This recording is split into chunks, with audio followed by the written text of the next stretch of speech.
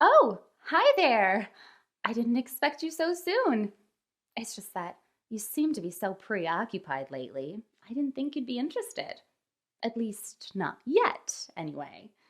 I thought you were having too much fun, distracted by all this amazing technology, no time to pause and look around. Not while the party's still going on. Oh, interested in what? Well, you know, how we got into this mess. Oh, you're not interested in that. Still having too much fun? Yeah, that's what I figured.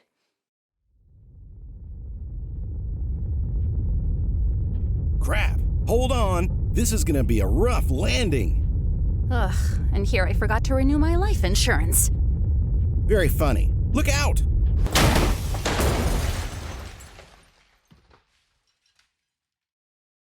Ugh, where the heck are we? What a strange planet. According to my lifeform readings, the air is breathable, but the planet appears to be mostly inhabited by dogs.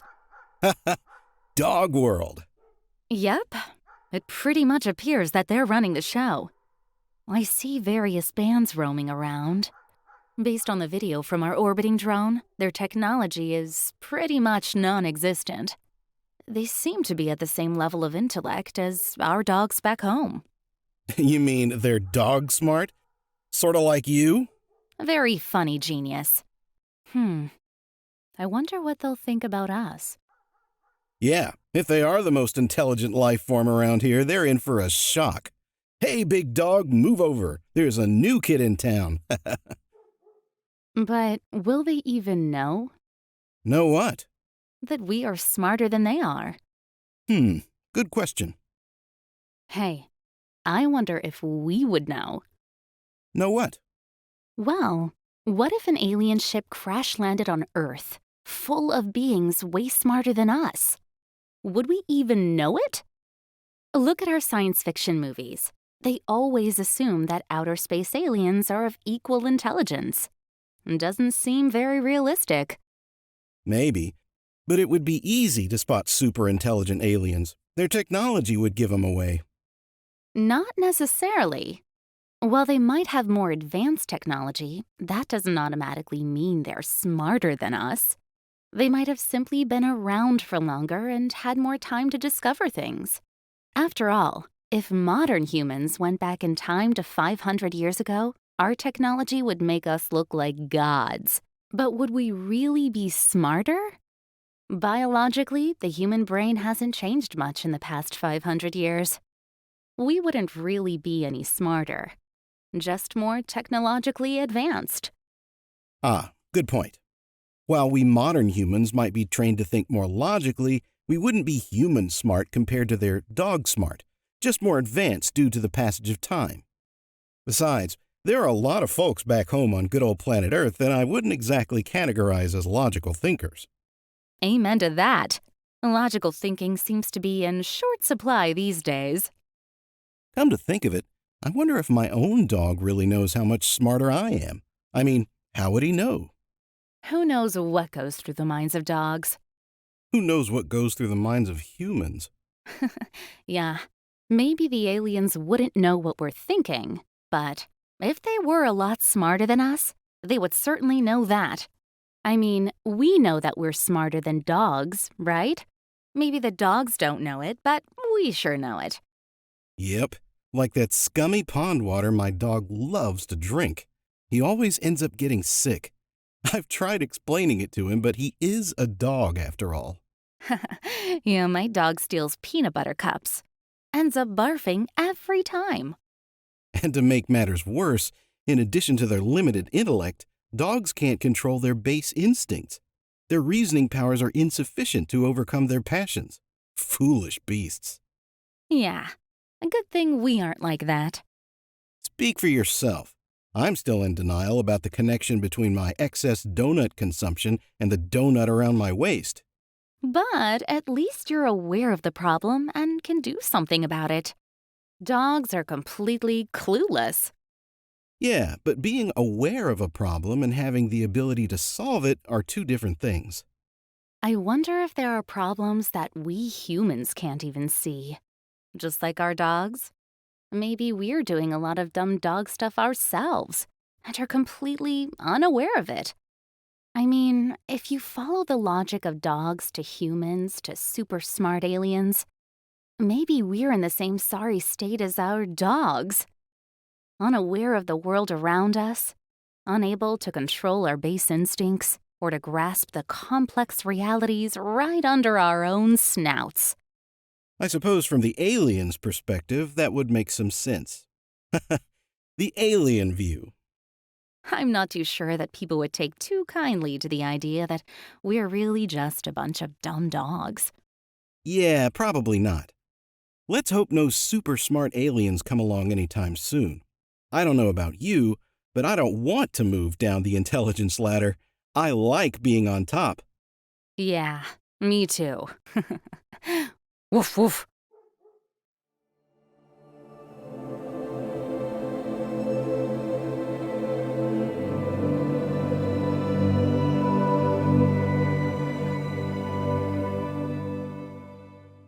Hey, look what I have. That's right, a nice, yummy treat. Come on over here. Calm down. Easy now. Sit. Easy, easy. That's better. Now, take a deep breath and focus. Good, human. Good. Now, let's have a talk.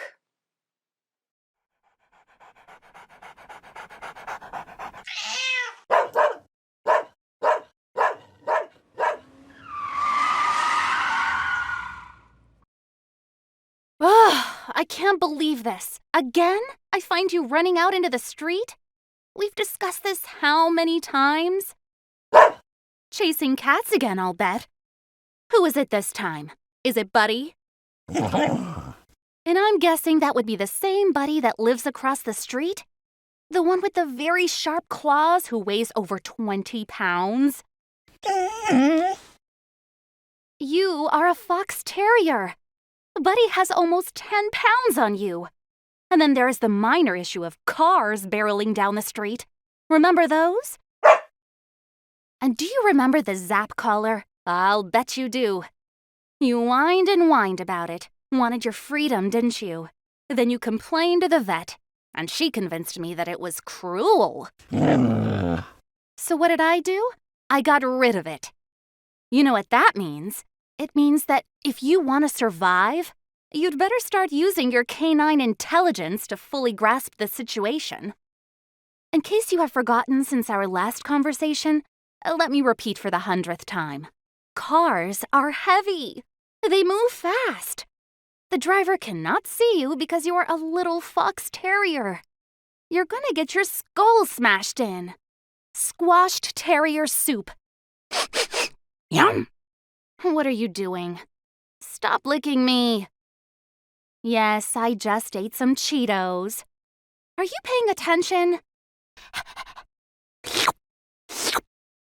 This is so frustrating. Why can't you understand that it is your own behavior that is creating so many problems for you? Use your doggy intellect. Figure things out. Look both ways before crossing. Hello? Anybody home? Quit your whining. You just don't get it. You don't understand the imminent peril you're in. And if you die, you'll die in ignorance, never knowing the cause. No moment of truth. No deep revelation will hit you, except for the front fender smashing into your thick skull. What is it now? Oh, the TV again? What are you so fascinated about this time? Ah, I see. Something moving fast across the screen. No wonder. No, that isn't a frisbee. It's a rocket. No, silly. It's not a space rocket with dogs in it. It's a test of a submarine-launched nuclear missile. Oh, don't worry about it. This is a human problem, not a dog problem. You have more important things to worry about, like fast-moving cars and 20-pound cats. I have my own problems. I gotta get to work. Yes, I will look both ways, thank you. What? No, don't be silly. I don't need to look out for nuclear missiles. I need to look out for cars. Remember those? And my angry boss if I'm late. Now go outside in the fenced backyard where at least I know you'll be safe. Nuclear missiles indeed. Foolish beast.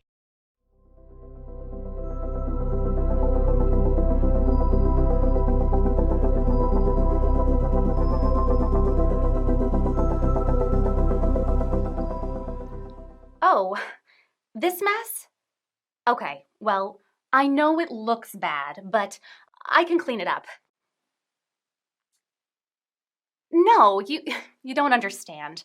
I can take care of it, make things right again. I had everything carefully planned out. It's the perfect recipe. Just look at the ingredients. We've got some sugar and some honey. You know, we want things to be sweet. And then we've got some ice just to cool things down a bit. And then some tomatoes, salt, horseradish. You know, we need a little spice. And then some orange peels and some water. It's the perfect set of ingredients. Well, it's just that I ran into a few unexpected obstacles. It's all quite logical, you see. Wait, where are you going? I can explain. Let's discuss this logically. Use our intellect to reason things out. Come back! You don't understand. Our intellect is all we have. Okay. So, just to clarify, you're telling me that you humans already know what the major problems are? That you're already aware of the peril that your reckless behavior is causing, not only for you, but for your planet? Right. Global warming, nuclear bombs, bioweapons, mass extinction of other species, lots of problems. And, in addition, you have clearly identified the solutions? Bingo. Yet, despite this knowledge, you're currently struggling to implement those solutions. Right again. Then your intellect is not the obstacle here. You already know what the problems are. You know what the solutions are. So it must be something else which is holding you back. Well, we haven't given up yet. We're still working on implementing the solutions. The key is to reason our way through these problems. As people become more educated, our chances of success will improve.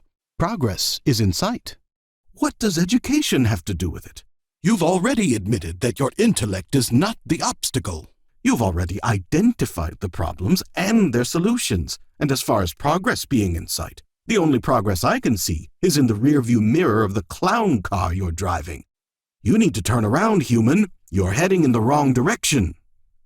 Let me repeat the same question. The question I have asked you time and time again.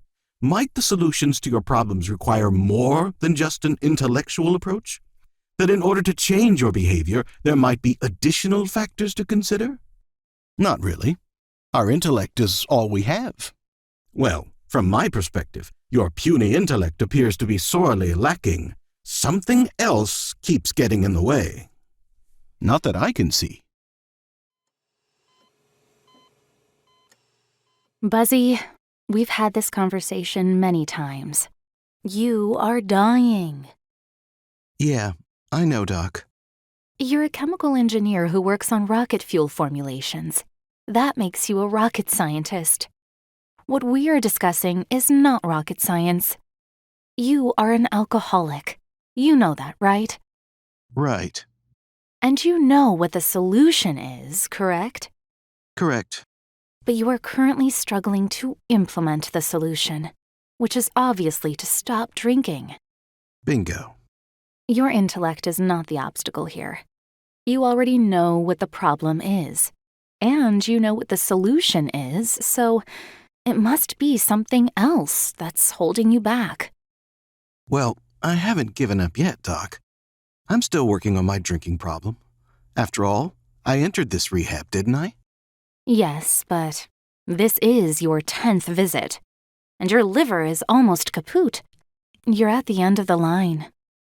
Well, I'm still working on implementing the solution. The key for us is to reason our way through this problem.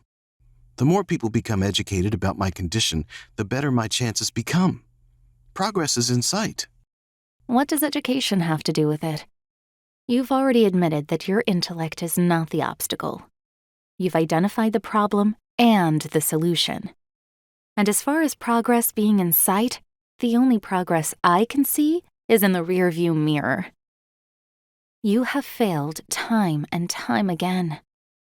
You need to turn things around, Buzzy. You're heading in the wrong direction. Let me repeat the same question. The question I've asked you time and time again. Might not the solution to your problem require more than just an intellectual approach? That in order to change your behavior, there might be additional factors to consider? Not really. My intellect is all I have. Well, from my perspective, your intellect appears to be insufficient. Something else keeps getting in the way. Not that I can see.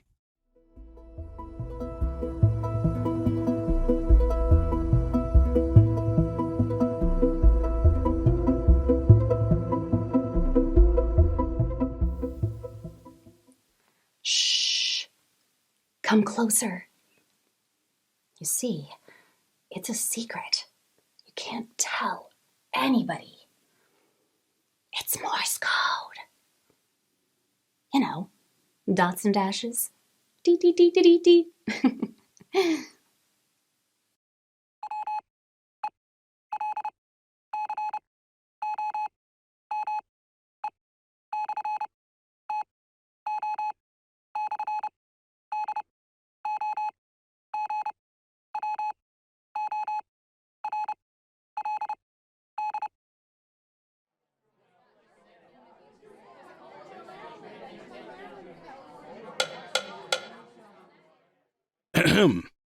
Greetings, class.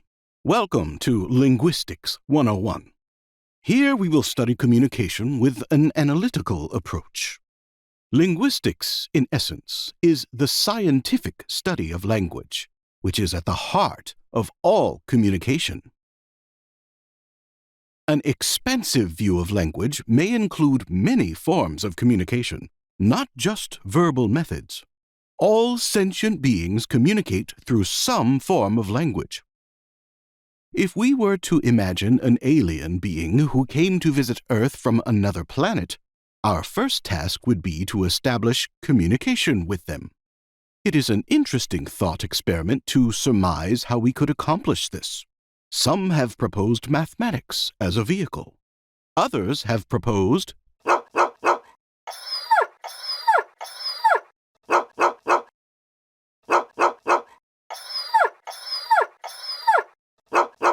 Excuse me, young lady. Can you please silence your dog? He is interrupting our lecture. While I am generally supportive of our pet-friendly policy at this university, let me remind you that said policy clearly states that emotional support animals must remain quiet during class. I'm so sorry, Professor. Please forgive the interruption. Very well. Now, let's return to our intellectual peregrinations concerning the challenge of communicating with alien beings and how language could be used as a vehicle to expedite said communication. What sort of content would we convey? What would be the most important thing that humanity would have to say to this alien? Class, any ideas?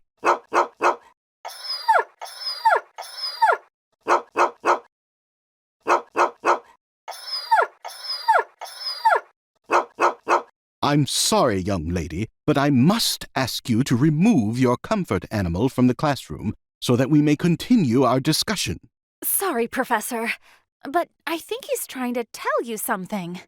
Ugh, don't be ridiculous. We are engaged in a serious discussion that is intellectually challenging, even for us humans. Your dog is not in a position to communicate anything meaningful to this topic. Now, let us continue. Class, any ideas?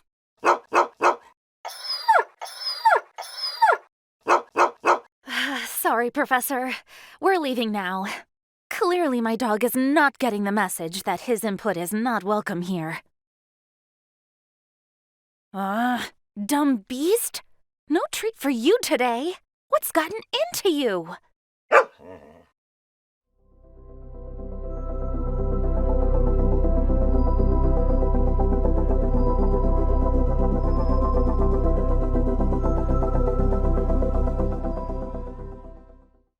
Oh, hi there. Oh, nothing really. Just cooking up some nice, fat, juicy viruses. You want a taste? Did you know that you humans have close to 60 biohazard labs around the world in over 20 different countries? What makes you think that playing around with deadly viruses is a good idea? Isn't that a threat to your civilization? Our civilization is doing just fine, thank you. Well, I'm using that term loosely. I really don't consider humans to be civilized. So, what do you think about the labs? It's important to research hazardous biological organisms so we can better understand them.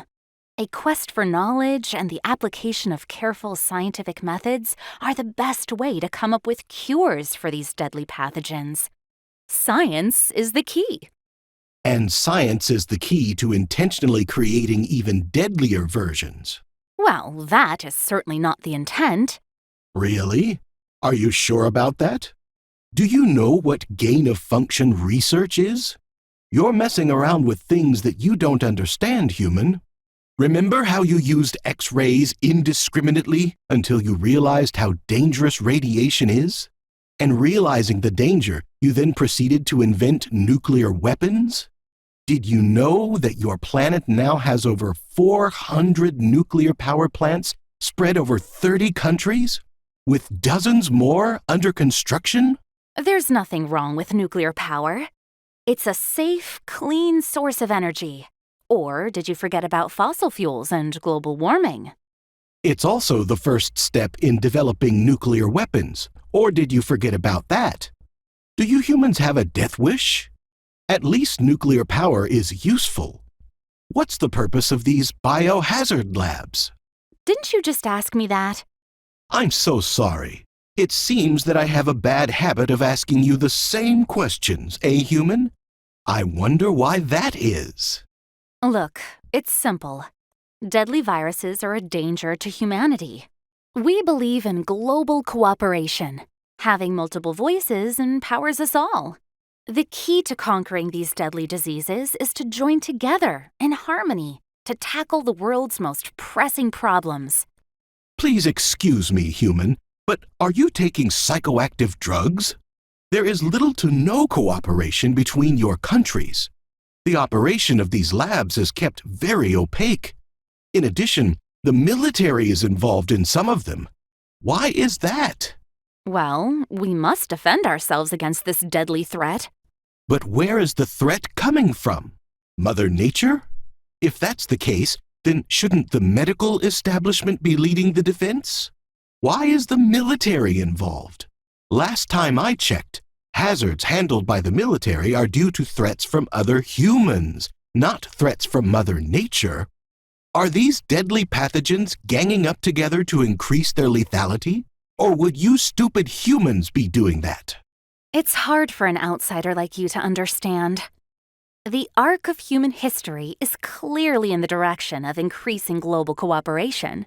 There's no stopping it. Aw, it warms my alien heart to see you humans working so closely together in global harmony. So, in addition to sharing your knowledge of nuclear power to an ever-increasing number of countries, you're now proposing the same insane strategy for biohazard research? Aren't you even a little bit afraid of the implications? All I hear about lately is global warming. While it is a serious problem that may eventually kill you, this bioweapon stuff could destroy all of you in an eye blink. Didn't you just have a recent disaster with the coronavirus? What if that virus had been even deadlier? Have you ever heard of mutations? How about a mutant version with a mortality rate of 90%? Impossible? Who knows? Maybe you could even create one using your latest toy, CRISPR technology. Don't you think that perhaps this stuff is worth worrying about? You love these alarmist speculations, always looking for ways to put us down. There's no firm evidence that countries are developing deadly viruses as bioweapons. Biohazard research is for peaceful purposes, just like nuclear power. Did I just hear a barking noise? Human, was that you? Surely you can't be serious. Do you know what a speeding truck looks like when it's 2 inches from your nose? Do you think it makes any difference at that point? Are you aware of the number of times that deadly pathogens have accidentally leaked out of these labs from an infected lab worker or due to poor containment procedures? It is well documented. Surely you know this. Have you considered that perhaps the deadly COVID-19 coronavirus was an accidental lab leak? Didn't that end up killing millions of you? Don't be ridiculous. That's just a crazy conspiracy theory. Yet you seem to have a spotty track record of preventing accidental leaks from these labs. To make matters worse, you seem to be strangely disinclined to consider the implications, to show some caution, tighten up lab protocols, increase protections. Hey, here is a wild idea. Maybe you should limit the proliferation of these labs instead of allowing them to sprout like weeds all over your planet. Time and again, you humans create these massive doo-doo piles. Then you dive in head first before you realize the stupidity of your actions. At some point, you're going to finally bite off more than you can chew. These bioweapons are monsters that you cannot control. Once they're off their leash, it might just be lights out for you. So, Mr. Infinite Intelligence, what do you propose we do? What difference does it make? You'll ignore my advice for the same reason your dog ignores you when you tell him to stop running across the street to chase a squirrel when a 10-ton truck is barreling down the road.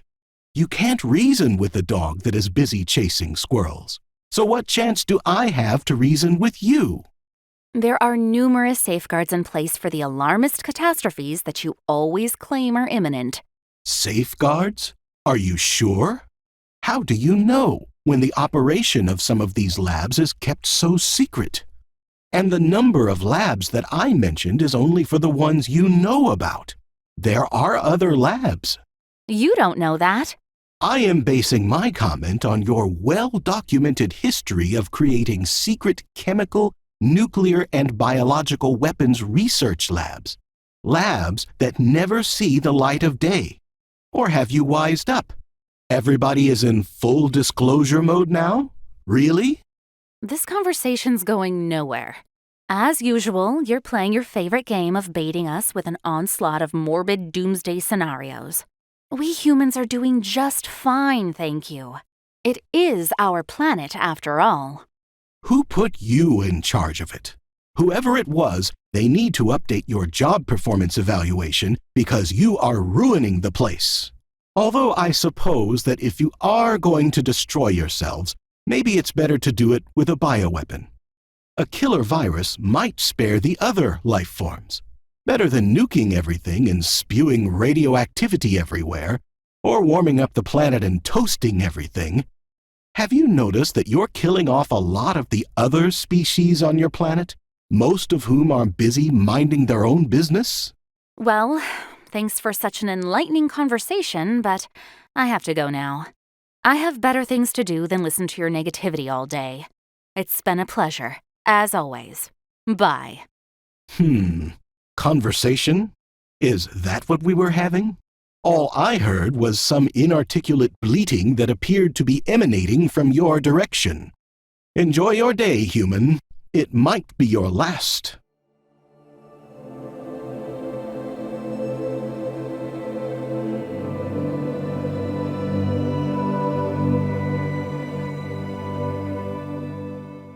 Yes, but... Well, I see, except... Excuse me? What was that? Okay, but just a moment. You see, Could you please be quiet for a moment? This is ridiculous. How is a person to think?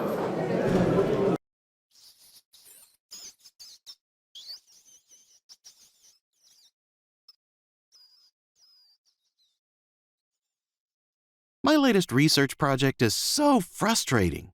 What's the problem? It's my lab rats. They keep fighting and biting. I don't understand it. Are they too crowded together? If they can't maintain some personal space, rats can be quite aggressive. That's the frustrating part. I actually gave them more space. I told them they can move out to the country, work remotely. That should make them happier, not more stressed.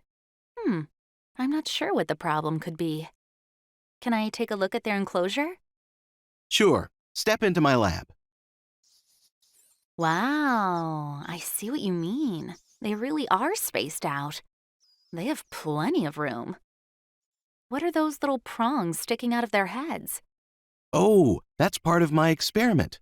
I wanted to improve their ability to communicate with each other over long distances, so I inserted star antennas into their brains. What's a star antenna? STAR stands for Simultaneous Transmission and Reception. How exactly does it work? Well, the antennas enable them to communicate with each other constantly. Any of the rats can communicate with the others, no matter how far apart they are. Wow, that's amazing. Can they control the device? Well, they can't really control it. It transmits their thoughts automatically. Can they at least turn it off? In theory, they could, but in reality, they leave them on constantly. 24/7, 365? No breaks? Correct. I figured that with improved communication, they could share their thoughts more efficiently and develop a better understanding of each other. This should improve social harmony and lead to a calmer, more empathetic environment. You know, improve community relations, enhance civic engagement, that sort of thing. Civic engagement? Well, the rat version of it. I didn't know there was a rat version. Some people might say the same thing about us humans. At any rate, I think I figured out your problem. Really? Yes. You're driving your rats crazy. Huh? Connecting all of them to each other with no breaks? What about their privacy, their peace of mind, their emotional balance? But you don't understand. They like it. They crave it constantly. That doesn't mean it's good for them. Do you remember Alvin? We stuck a probe into his brain's pleasure center and allowed him to push the lever to activate the stimulus. Of course I remember Alvin. He was one of my favorite rats. What a good old boy. That was one of our best experiments. Alvin loved it. Alvin starved to death. He couldn't stop pushing the lever. Yeah, but what a way to go. My point is that too much communication is not always a good thing. While rats are very social creatures, everything has a limit. You've created your own version of an out-of-control insane asylum, where every crazy rat in existence has a bullhorn to transmit every nutty idea that pops into his head. No wonder your rats are so angry. But then why do they enjoy it so much? It's the same as Alvin's lever. He couldn't stop pushing it. Too much stimulation is toxic. You're flooding your rats with an insane amount of social interaction. They need a break. They need time to rest their minds. More interaction doesn't always mean better communication, especially when most of that communication is superficial or toxic. Try giving your rats a break. They obviously need help finding a proper balance. Too late for that. The cat is already out of the bag. These rats are hooked. They would never agree to remove their antennas. Agree? They're rats. Can't you just take them out? I doubt it. The Institutional Review Board for Experimental Animal Welfare probably wouldn't allow it, since the rats clearly enjoy them. Besides, who am I to play God? If the rats want them, then so be it. Even if it's driving them crazy? Provoking anger? Decreasing social harmony? Besides, did you ask the rats if they wanted them in the first place? Of course not. Rats can't sign consent forms, you know. It was just an experiment. Well, from my perspective, it looks like a failed one.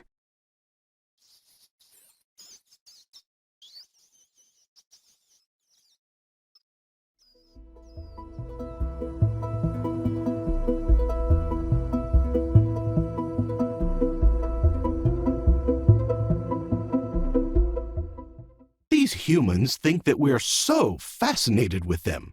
Why do they believe that? Star Trek, What's that? a TV show that these humans came up with.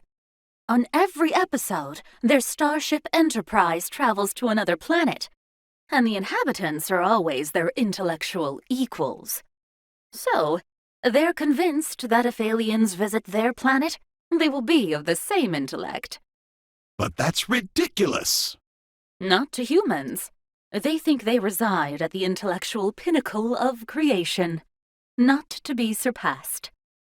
Although they're evidently generous enough to entertain the notion that other planets might achieve similar heights.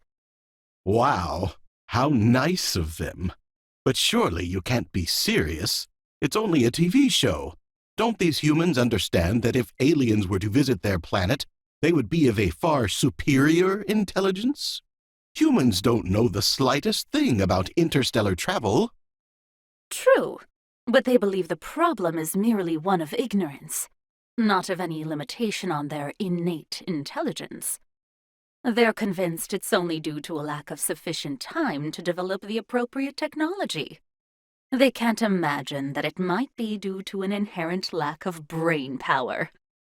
Their godlike affliction is probably due to being the smartest creatures on their planet. So they're convinced that whatever life form steps out of the visiting UFO will be their intellectual peers? They can't envision that their intellect might seem to us as their dogs appear to them? Exactly. You also have to consider the way that humans treat the other animals on their planet. They either eat them or keep them as pets. So the idea that an alien species might treat them similarly is a bit too uncomfortable to consider. It's safer for them to view visiting aliens as a bunch of smart guys like them that just happen to have a more advanced civilization due to the passage of time. I suppose that makes sense. Pretty scary to think that we might eat them, huh? I've never tried roasting one. They might be tasty. Lots of them are pretty hefty, too. Plenty of meat on those bones. That's because they overfeed themselves, which creates all sorts of health problems. You'd think they would know better, especially with their so-called superior intelligence. So what should we do with these humans? It's almost impossible to convey any meaningful information to them.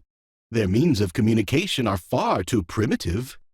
We shouldn't do anything, other than maybe give them some friendly advice. Our task is to observe, not interfere. It's their job to figure things out. Well, they certainly don't seem to be doing a very good job of it. They're ruining their planet. They're killing off all of the other life forms. They even kill each other, increasing the planetary temperature, building incredibly destructive weapons, and then selling the technology to whoever wants it. Don't they understand the risks? Individually, yes. Globally, no. They're incapable of cooperating to limit the proliferation of their destructive technologies. What's particularly alarming is their recent discovery of genetic engineering.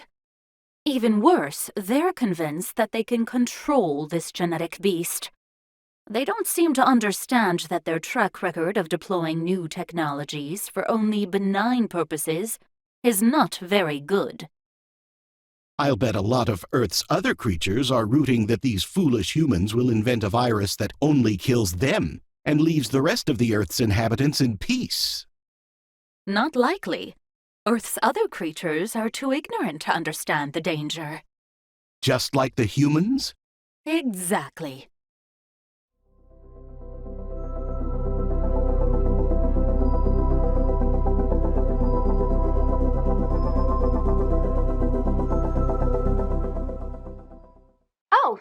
sunglasses? Well, you see, the future is so bright. There's no limit to what we can do. After all, we're not just some silly animal, you know? We're humans. Nothing can hold us back. Hi, Big Dog. Look what I drew in school today. Isn't it cool? Oh, hi, little dog. Interesting. What is it? I call it the asymptote of intelligence. What's the horizontal dotted line at the top? That's the asymptote. I'm afraid that doesn't help much. Well, you see, the asymptote is a limit. You see the curve below? The curve represents the trajectory of canine intelligence over time. See how the curve approaches the asymptote, but never quite reaches it? I see.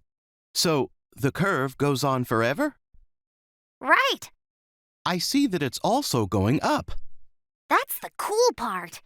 The curve increases forever, yet it still approaches a limit. So our intelligence keeps increasing forever? I guess that makes sense. As canine civilization progresses, our scientists gain increasing knowledge of the universe around us.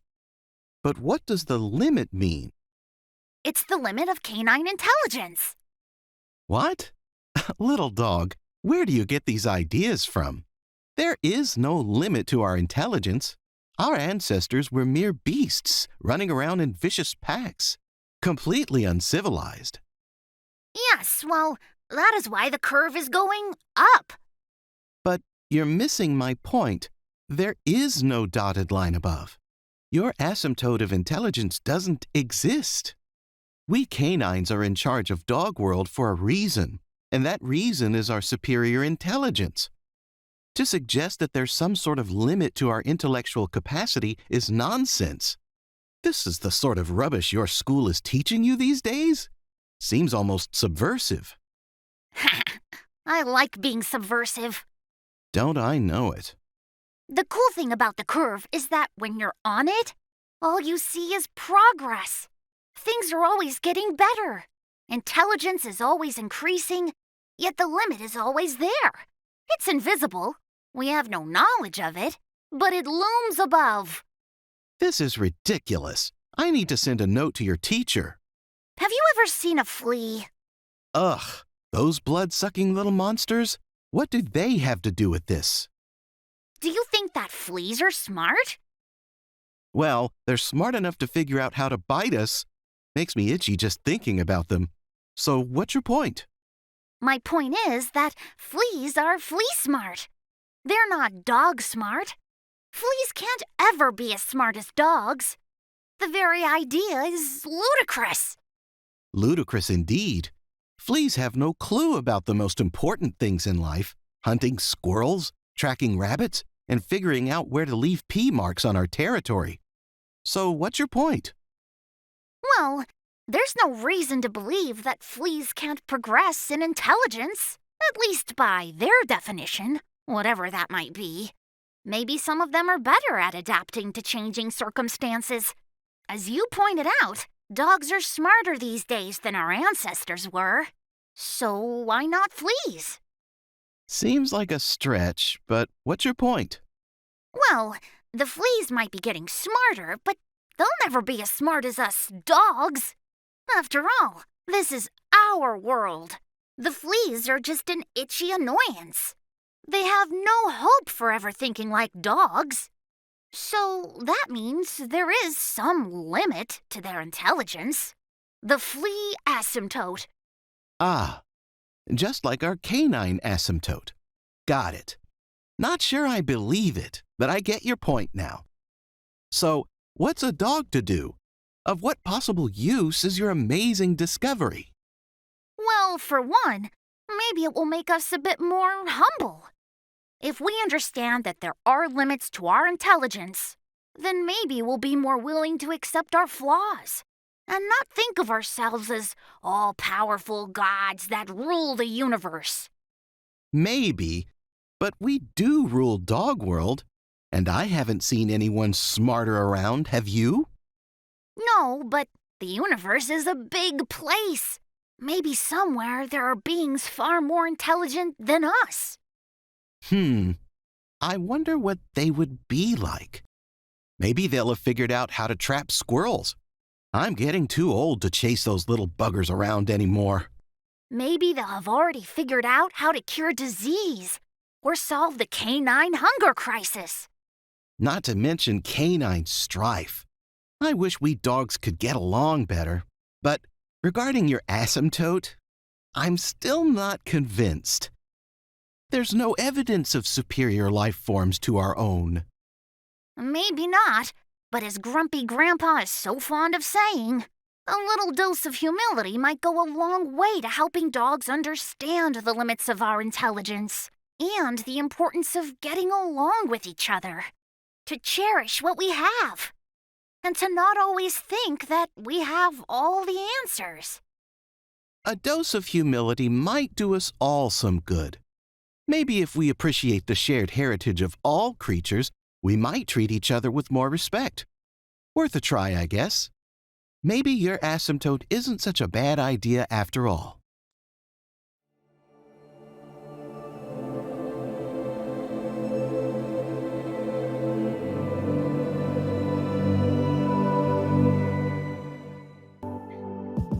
Woohoo! This is so much fun! We have to do this more often. Hey, wait a minute. Who is that? Over there. Oh no, it can't be. Reality? Who invited her to the party? Hi there. Do you have a few minutes to chat? I'm kind of busy at the moment. When are you ever not busy? It seems like you're always too busy to talk to me. Look, Miss Reality, I talk to you plenty. In case you haven't noticed, you have an annoying habit of inserting yourself into my affairs at the most inconvenient times. I'm not sure annoying is the right term. Actually, that term is perfect. The term I should change is inserting. Intruding would be far more appropriate. I see. Well, now that we're having such a pleasant conversation, I was wondering if you wouldn't mind talking to me about a topic that we always seem to avoid?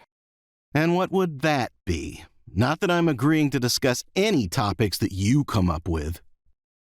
Well, I was hoping we could talk about the way you humans really are, as opposed to the endless ways you think you could be, or should be, or want to be. I figured we could keep things simpler that way. You know, less distractions. Here's the problem with your suggestion. Every time we get on this topic, it always seems to have a bad ending. War, disease, financial panic, all sorts of wonderful stuff. So perhaps you'll understand my reluctance to engage in any conversations with you. I really don't mean to be critical, but perhaps if you paid more attention to me before these bad things happened, then maybe you could avoid them in the first place? Your ignorance of human behavior continues to amaze me. Just to recap what I've explained to you countless times, your existence is ephemeral. You don't really exist until you do. You pop out of nowhere at the worst possible times. Like take the economy, for instance. You want us to avoid a financial panic, but your timing is all off. While we're having fun blowing beautiful financial bubbles, you want to intrude on the party and tell us to stop. Did you notice that word again?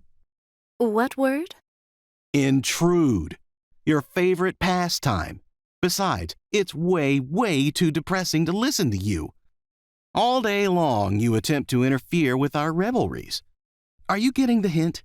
Anything sinking in? Well, I must admit that I'm definitely not feeling the love here. Let me put it this way. We are in charge of things. This is our planet. All of Mother Earth's creatures are special. Yes, but we are the only intelligent species on this planet. And most importantly, we're perfectly capable of deciding what's important to pay attention to. So, in case you haven't noticed, Your presence is not exactly welcome around here. Well, that's certainly clear. Hey, I have a great idea. How about if we call you when we need some advice? Not sure when that would be, but would that work for you? It sure works for me. Sorry, but no. I have too many others that I must heed. Others? The basic laws of science, for example. You know what they are, right? Physics, biology, that sort of thing. And then there are things like math, Mother Earth, all sorts of others. A strange group indeed. Well, our scientists already use your friends for our own purposes. We've mastered them to suit our needs. After all, we are in charge, remember? But your use of them is sometimes detrimental to yourselves and to the Earth that you inhabit, not to mention the other residents of your planet. And there are still even more voices that I must heed. One in particular brooks no dissent. He always gets his due. And who might that be? Death. Oh, please! Now you're trying to scare me as if I'm a naive child? While we've yet to master him, rest assured we are working on it. The singularity is near. We will soon approach immortality. I see. Good to know. However, somehow I'm not convinced that our discussion today has made much progress. So that means we're finished? Perhaps for now. Great! Now that is progress. See you later. Hopefully much later.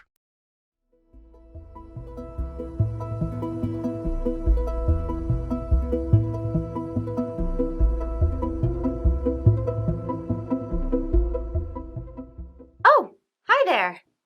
Yeah, just doing a bit of organizing here. Trying to arrange my sock drawer. What's this? Oh, I forgot about these old things. Must be 20 years old by now or something. I wonder what they're worth. Just a bunch of gold coins. Probably not worth much these days, not with modern finance, digital currencies, crypto and all that. Who needs a bunch of worthless old coins? Oh, hi! Aren't you Professor Blithers? Yes, indeed, young lady. And to what pleasure do I owe your acquaintance? Oh, I had your Economics 101 back in my college days. Ah, I see. Well, it's a pleasure to see you. Professor, I am so confused about the economy. Would you be able to help me? Why, of course. After all, I have a PhD in econometrics. Oh, interesting. So, what is that exactly? I'm sorry, Professor, but I only took the basic introductory class. Well, it's all quite complicated, you see. In essence, it is the study of economics through the application of advanced mathematical models using big data, artificial intelligence, and supercomputers. Wow, sounds impressive. Indeed. Now, how may I help you? Well, I was wondering what to invest in. It seems like everything these days is so expensive. Stocks, bonds, real estate, gold, you name it. Gold? You're not one of those gold bug fanatics, are you? Well, I do have a few gold coins stashed away. Just in case. In case of what? We don't live in the Stone Age anymore, my dear. With our advanced computer models, we can now keep a firm grasp on the economy. In the old days, the economy was run by unsophisticated business people. Now, we professional economists run the show. With our advanced econometric models, things are different today. I see. But what does that have to do with my gold coins? Why, they're a barbarous relic. Worthless lumps of metal, dug out of the ground, stored in expensive vaults, earning no interest and producing nothing of value. A useless waste of your valuable dollars. With all due respect, Professor, I'm not too sure about that. Those valuable dollars don't seem to be buying much these days. Well, everything is relative, young lady. We live in a modern global economy now. Exchange rates between currencies are carefully monitored. Gold is a worthless artifact of ancient times before advanced economics. I would advise you to dispose of your coins. They're going to lose value at an increasing rate. They're a throwback to the dark old days before the advent of econometric models, advanced technology, and monetary engineering. Well, okay. Gee, thanks for letting me know. I always wondered what the point was of holding a bunch of little coins. I used to keep 40 of them in a big sock in my dresser drawer. But when they became worth about $2,000 each, I started getting nervous about keeping $80,000 in an old smelly sock. Why, just think of what you could do with $80,000. Maybe buy a luxury electric vehicle, ride in style, and save the environment. True, but cars tend to go down in value, while my gold coins keep going up. Well, times are different now, my dear. The world no longer needs to have gold as a reserve for our currencies. For the past 50 years, we have lived in a fiat money regime. Gold no longer takes center stage.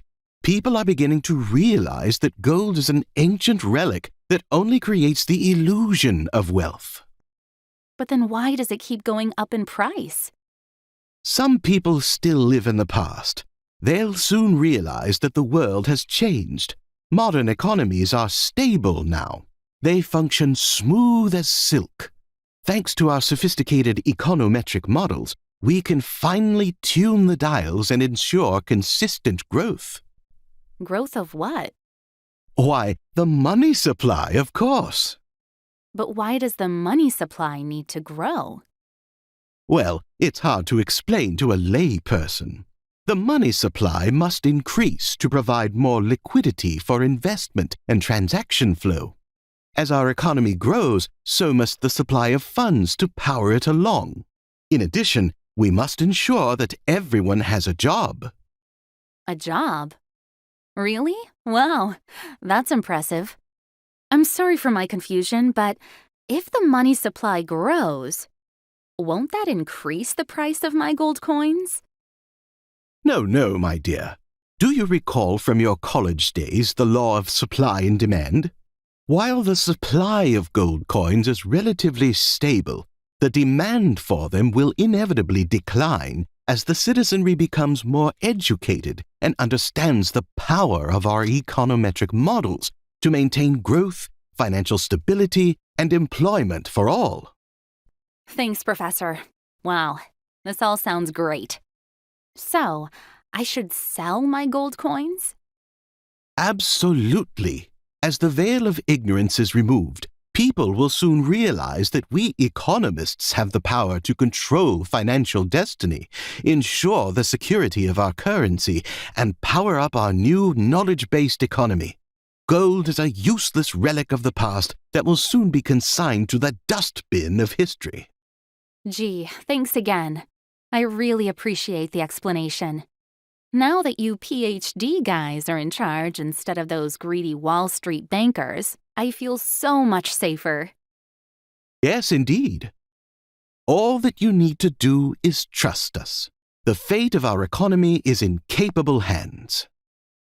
Hey, maybe we should change our currency to "in PhDs we trust" instead of "in God we trust." After all, who needs God when we have you guys?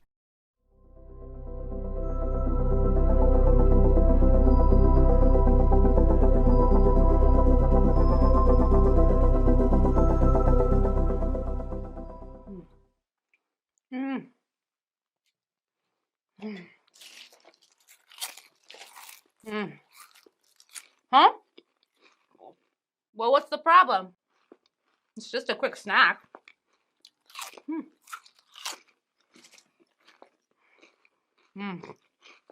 Why, hello, Mr. Adipose. It's good to see you again. How have you been since our last checkup? Okay, I guess.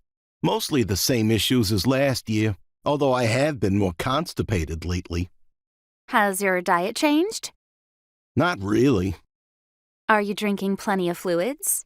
It's important to stay hydrated for many reasons, including helping your stools to retain more fluid. Eating more vegetables would also help create more bulk. You've given me the vegetable lecture. As far as fluids go, I admit to having cut down on my fluid intake. I'm getting old and my bladder's weak. I'm sick and tired of having to pee so much. The lack of fluids may be contributing to your constipation. Forget it. I ain't peeing all day long. Interrupts my TV shows. You know, it's always the same every visit. You come to me with a problem, I suggest a solution, then you shoot it down. You complain about your weight. I tell you to eat less fat and more vegetables. You complain that you're short of breath. I tell you to stop smoking and get some exercise. Look, Doc, I am the patient and you are the doctor, right? So when I come to you with a problem, I want you to solve it. Nagging I can get at home. Don't you have a pill for my weight? How about bariatric surgery? One of my buddies had that and he looks great. Surgery is a last resort. Better to eat less and exercise more. Well, how about a pill? I ain't giving up my butter cookies, so we need another game plan. Besides, what's the point of me coming here every year to listen to what I can do? I want to hear what you can do. You're going to be out of business if your only service is to provide unwanted advice. It would certainly be more lucrative for me to perform bariatric surgery on you. And how about my clogged arteries? Can't we just open them up? Clear those suckers out? Yes, that would also provide me with more income. However, I was hoping for a more permanent solution that didn't involve invasive procedures. Well, that ain't gonna help your wallet, Doc. Why don't we go with the surgery stuff? Look, I'm a victim here. This isn't my fault. The food companies have it in for me. Every time I go to the pharmacy to pick up my prescriptions, I have to walk by all the candies and snacks to get to the back of the store where the pharmacy counter is. Same with the checkout lane at my grocery store. Snacks and candies on every side. I'm under attack. Did you know that these food companies have armies of research scientists who study the bliss point? You know what that is, right? It's the perfect combination of sugar, salt, and fat that hijacks the brain's pleasure center and turns people into food addicts. I'm hopelessly hooked. There's no escape. Calorie-dense snacks on every corner, huge portion sizes at restaurants, and 32-ounce sodas at the gas station. How's a guy to survive the onslaught? I'm a victim of runaway commercialism and evil scientists. I need a pill. I need surgery. Help! As I mentioned before, those are drastic solutions for patients in a more serious condition than you. More serious condition, huh? Then I have a perfect solution. I'll keep sitting on my couch, watching TV and eating butter cookies. Then maybe by next year I'll get to the point where you can actually do something for me other than delivering endless lectures. A perfect plan. Well, see you next year. Maybe. What do you mean, maybe? In the meantime, you might come up with a solution on your own. Nah, forget it. I ain't changing my ways. Sorry. That wasn't the solution I was referring to. Huh? I'm not catching your drift, Doc. I was thinking of a more permanent solution. Perhaps a fatal heart attack? Debilitating stroke? Maybe cancer? These are all major risk factors that you currently face. Unless you change your ways, there may not be a next visit. What's this? A new strategy? Moving from unwanted advice to fear-mongering? Nice try, but I'll take my chances.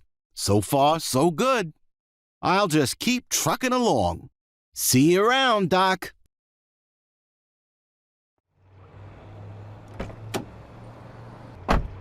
Can you step on it, please? I'm kinda in a hurry.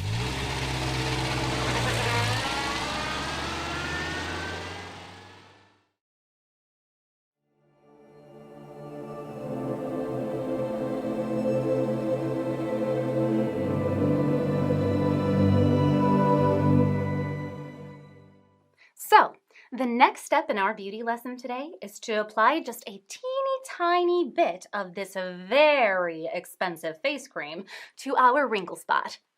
Just a little dab. Okay. Oh.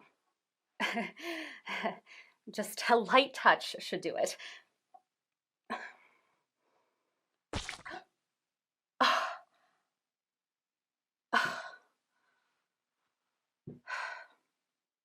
Hey, Jim. Congrats on winning the Best Product Design Award this year. Very impressive. How'd you get it? Thanks, Julie. Well, you know that popular face cream we sell? That smooth as a baby's butt face cream? Precisely. Sure, I know all about it. I worked on the original design. Very proud of it. I particularly like the applicator pump. I made it so easy to use. You can smoothly disperse any quantity you want. Even tiny amounts come out perfectly. Well, that's actually how I won the award. Oh, I see. Further improvements, eh? What feature did you redesign? Bottle shape? Cream color? Texture? Well, no.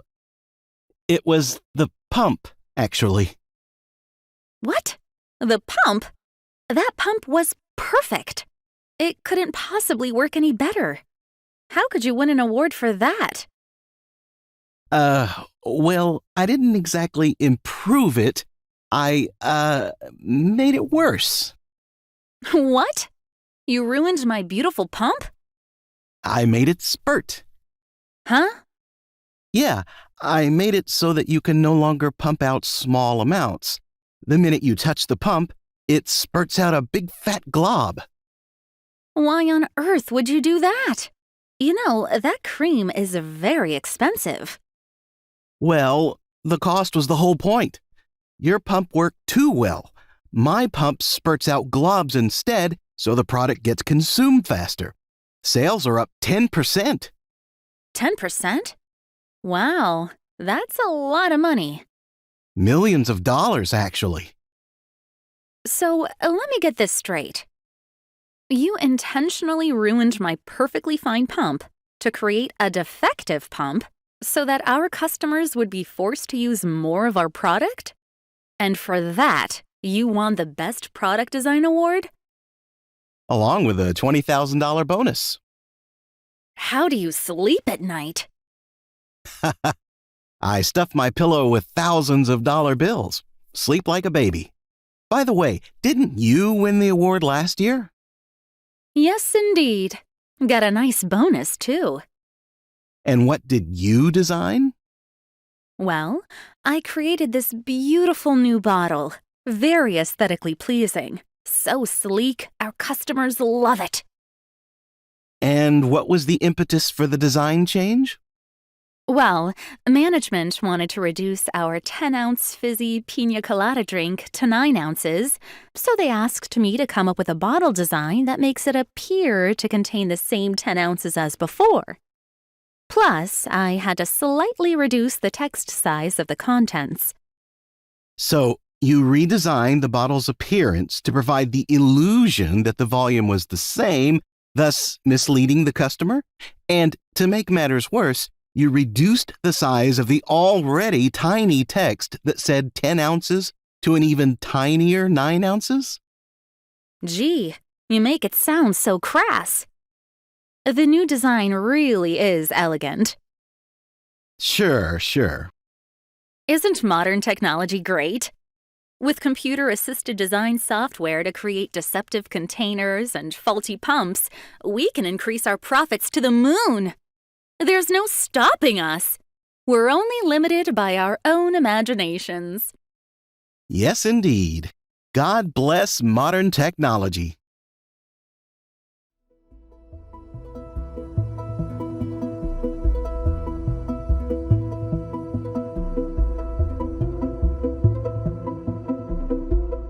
Yes, that's right. It's your final birthday. Okay, Take a deep breath. After all, it is your last. Ready?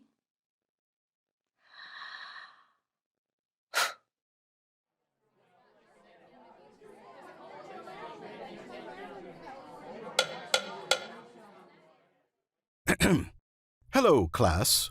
Welcome to Combat Community College and to Modern Warfare 101.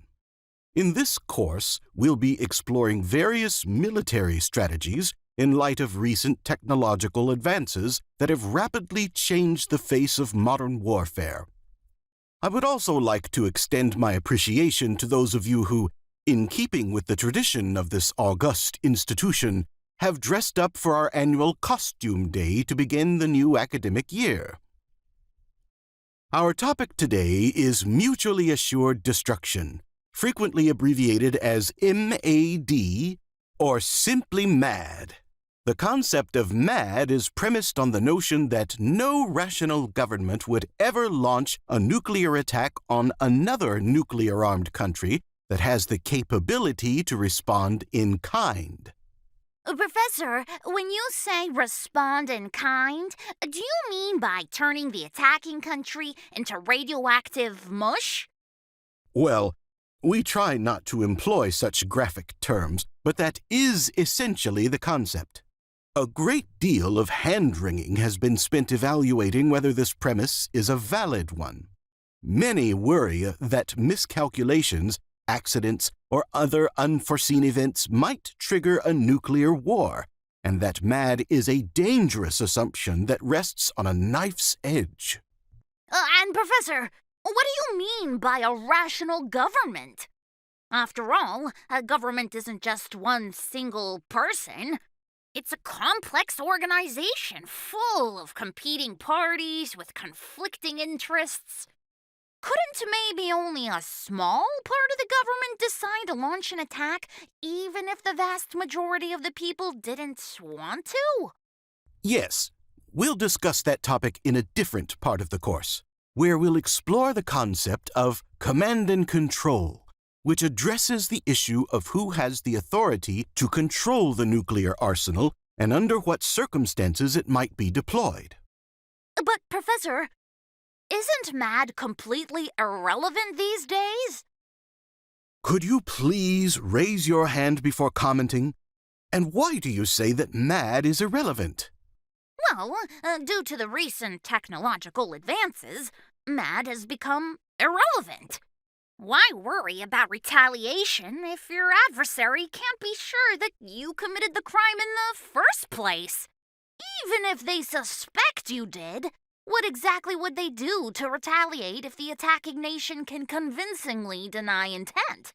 Or at least arouse sufficient doubt that they are the ones who are really culpable?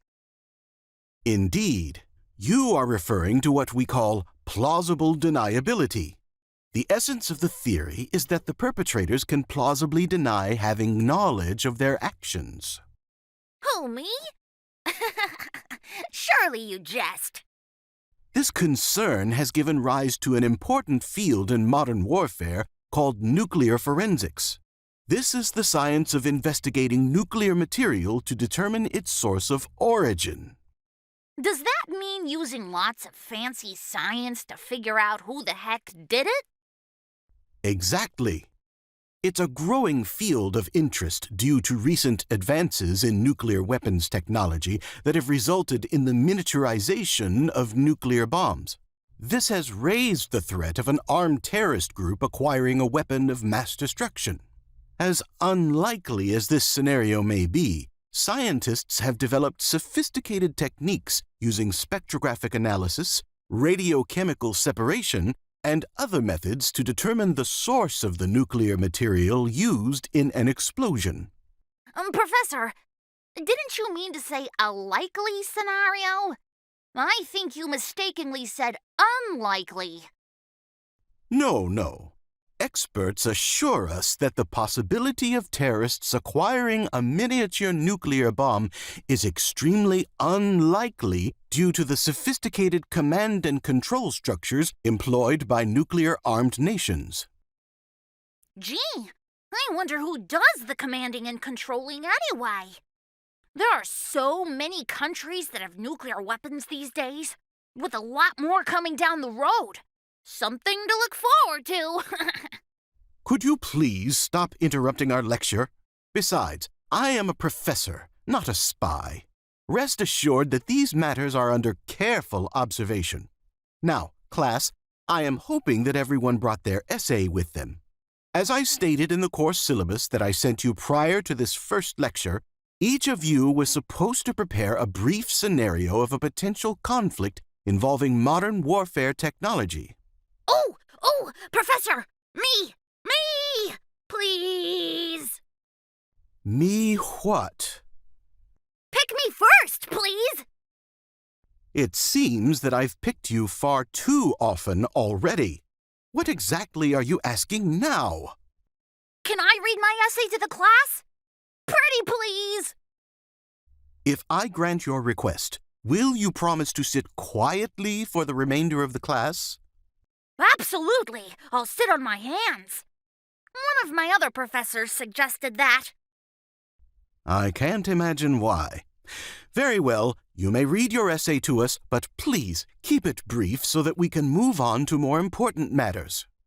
Great! It's called The Floating Birthday Present. I hope everyone enjoys it. I wrote it while I was on this wonderful ocean cruise on the RMS Titanic. Just kidding. The Floating Birthday Present by Aggravating Alien. That's me. On July 4th, 2026, the United States of America will celebrate its 250th birthday with much fanfare and glorious festivities. On that day, at the exact moment, everywhere, nuclear devices will explode in the following cities that are accessible by waterways: Boston, New York, Washington, D.C., Miami, Houston, Chicago, Los Angeles, and San Francisco. These devices will be delivered by ships, but will not be unloaded, thus avoiding any possible screening efforts to detect them. They'll be detonated on board in very close proximity to the land. We won't get into the particulars of yield, blast radius, or other morbid stuff. There's plenty of literature on those subjects, which you're all welcome to read. With increasing miniaturization of nuclear weapons, larger yields now come in smaller packages, thus dramatically increasing their destructive power. Just one more miracle of modern technology. With the potential for millions of deaths occurring simultaneously, things could get a bit chaotic. Being a holiday, it is questionable how fast and effective the emergency response would be. In addition, nuclear forensics is a tricky subject. Experts disagree on how accurate the conclusions can be, and it can take weeks to arrive at a consensus, assuming there even is a consensus. For our purposes, let's say it takes 2 weeks to figure out the details of the explosion, and have maybe a 70% confidence level that the weapons originated from Pakistan. Now, we don't mean to pick on Pakistan, but they have over 150 nuclear weapons, and are in the process of building more as they compete with India and China, who are also rapidly expanding their nuclear arsenals. Nuclear weapon technology continues to rapidly proliferate around the world, and it's just a matter of time before there are many other countries with nuclear weapons. Some countries, like Japan and South Korea, already have the technology to quickly and easily manufacture nuclear weapons should they choose to. Many others will soon be in the same position. Nuclear weapons are often preceded by the development of nuclear power reactors that are used for peaceful purposes, such as clean energy, or as research reactors to develop medical isotopes. Existing nuclear powers have been integral in helping other countries obtain this so-called peaceful nuclear technology. This assistance continues today. Did you know there are almost 50 nations with nuclear power plants already built or under construction? Countries such as Argentina, Armenia, Belarus, Belgium, Brazil, Bulgaria. Excuse me, but I distinctly asked you to keep your essay brief. Oh, sorry. I was just reading down the list in alphabetical order. It's a long list. Looks like we can expect to see many more as nuclear technology continues to rapidly proliferate around the world. Now, back to our story. What does the United States do in retaliation? Remember, the U.S. is only 70% sure. And of course, Pakistan is furiously denying any knowledge of these horrific events and is expressing outrage that they would even be accused of such a dastardly deed. They're also assuring the world that their arsenal is fully secured and is being carefully inventoried to make sure that no terrorist group has obtained access to any of their weapons. So now what? Does the U.S. attack Pakistan with nuclear weapons and kill over 200 million people, the vast majority of whom are innocent civilians? What about the radioactive fallout that would travel many miles into other countries? Will the United States react with anger that China was complicit in helping Pakistan obtain nuclear weapons in the first place? At this point, does it even matter? Imagine you're the President of the United States. What would you do? Happy birthday! The end! Well, that is certainly a morbid essay. What prompted you to write it? Well, it seems to me that my story is a far more likely scenario than some country overtly launching nuclear missiles when they can covertly deliver them with plausible deniability. And thanks to so-called improvements in technology, a 10-kiloton weapon could easily fit inside a small van. While it might be a bit tricky to unload the cargo and place it on the van, it's not implausible. Then you can drive the van anywhere. Maybe detonate a few when Congress is in session, the President is in the White House, and the Supreme Court is meeting. How about during the State of the Union address? A few well-placed nuclear weapons in vans could decapitate the government of any country. Bye-bye, civilization! The federal government is gone. Congress, President, Supreme Court, and many federal agencies destroyed. And thanks to the floating weapons, major city centers have also been destroyed. The federal government has ceased to exist. The financial infrastructure is gone. The banking system is in tatters. Millions of innocent people are dead. And the United States is unsure how to respond. Happy birthday! Ugh. In addition to your gloomy outcome, that was hardly a brief essay. And that silly alien costume you're wearing definitely detracts from the gravity of your subject matter. Huh? Costume?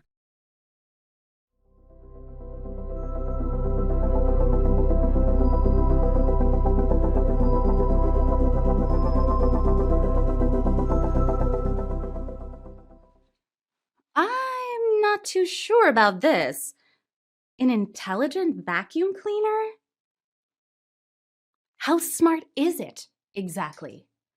I mean, I don't want it taking over the whole house or anything. I used to have 2 of them, but I caught them talking to each other. What were they planning? Hey, Grandpa, did you read the Dog World Tattler today? The Tattler? I don't read that rag. Too much gossip. Well, listen to this. Scientists have invented an automated robotic butt-sniffing machine.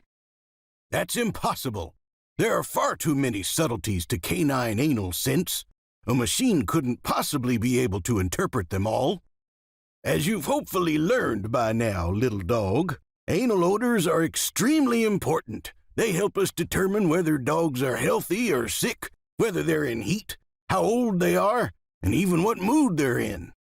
Mood? Gee, I didn't know that. It's a subtle thing, but very useful. My point is that a robotic canine couldn't possibly duplicate such a vital task. We dogs devote almost 30% of our brain mass to interpreting odors. No machine could ever accomplish that. Well, you have to admit, it sure would be useful. Sometimes dogs aren't always in the mood for a quick butt sniff. By having the robot sniff the first time around, you could glean a lot of valuable information without potentially getting into harm's way. Like that Rottweiler I met yesterday in the park. Boy, he looked mean. He actually turned out to be pretty nice. But you can never be sure these days, with canine strife and all. Regardless, it must be a fake. No machine can duplicate the sensitivity of a dog's nose or interpret the complexities of anal odors. Impossible. I don't know. It says here that it's very sophisticated. It has over 1 million olfactory sensors of incredible sensitivity. In addition, it uses something called artificial intelligence with automatic backpropagation and gradient descent. Evidently, the machine can teach itself. Pretty amazing. Teach itself how to interpret butt odors? Ridiculous! Why do you read such crap? And smelly crap at that, hey Gramps? Huh? Just kidding. And listen to this. It gets even more interesting. Evidently, the designers are really worried. The butt-sniffing machine has a lot of complex programming to help interpret the nuances of butt odors. But the designers are worried about the self-teaching aspect. What would happen if their creation becomes better at butt-sniffing than dogs themselves? What if it decides to take over the world and prevent real dogs from sniffing butts? What a disaster! My paw pads are quivering with fright. Why do you bother me with this rubbish? How could these butt-sniffing machines take over dog world? Well, the article says that they might just keep teaching themselves new stuff, to the point where they could become infinitely more intelligent than us. They could become better squirrel trackers, for instance. Then they could catch all the squirrels and cause a starvation crisis. Sounds pretty serious. Well, I'll keep sniffing my own butts, thank you. And as far as worrying about butt-sniffing machines taking over the world, I won't be losing any sleep over it. Oh, Gramps, always a skeptic. The world is changing, you know. Technology marches on. Yes, it marches straight into the same dung pit as always. Technology may be progressing, but some things never change. Dogs are still dogs. There's no accounting for the dumb things that we canines are capable of. That's for sure. Woof!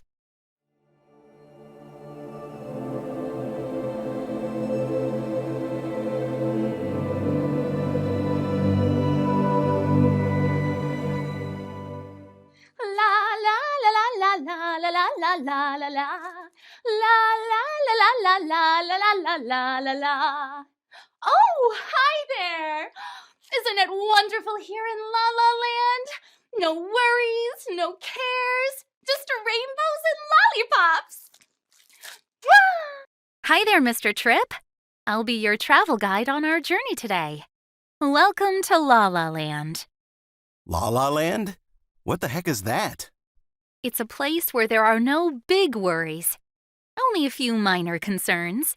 All of the big problems are swept aside, as if they don't exist. Wow, sounds nice. Let's get going. What do you mean? Simple. I want you to take me there, to La La Land. I'm sick and tired of dealing with so many problems.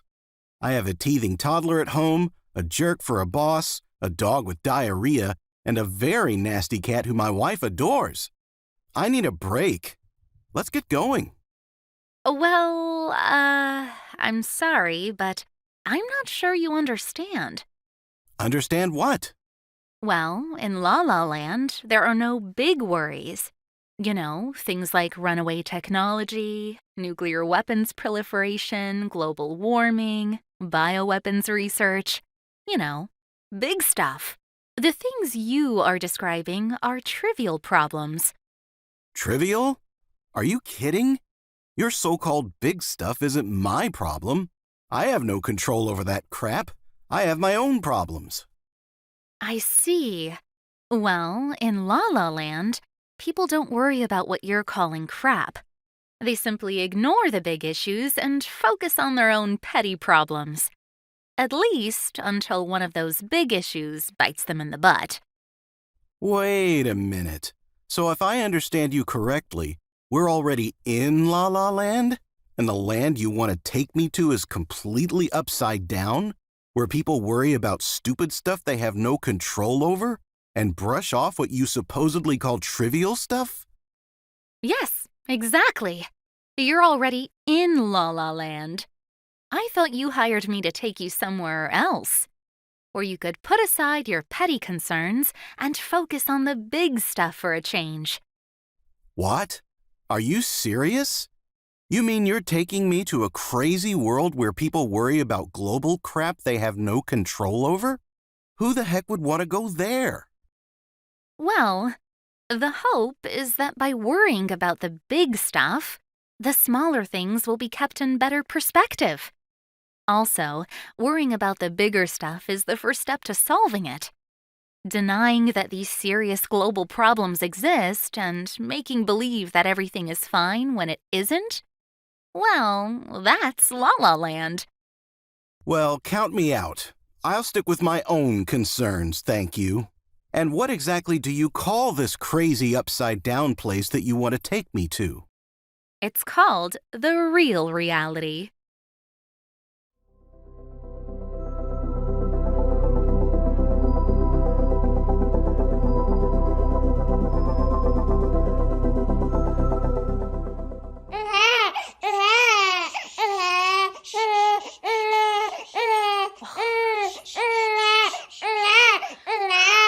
This isn't at all what I've ordered.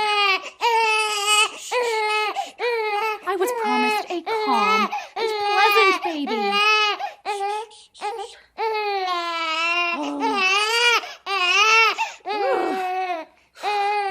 I want a refund.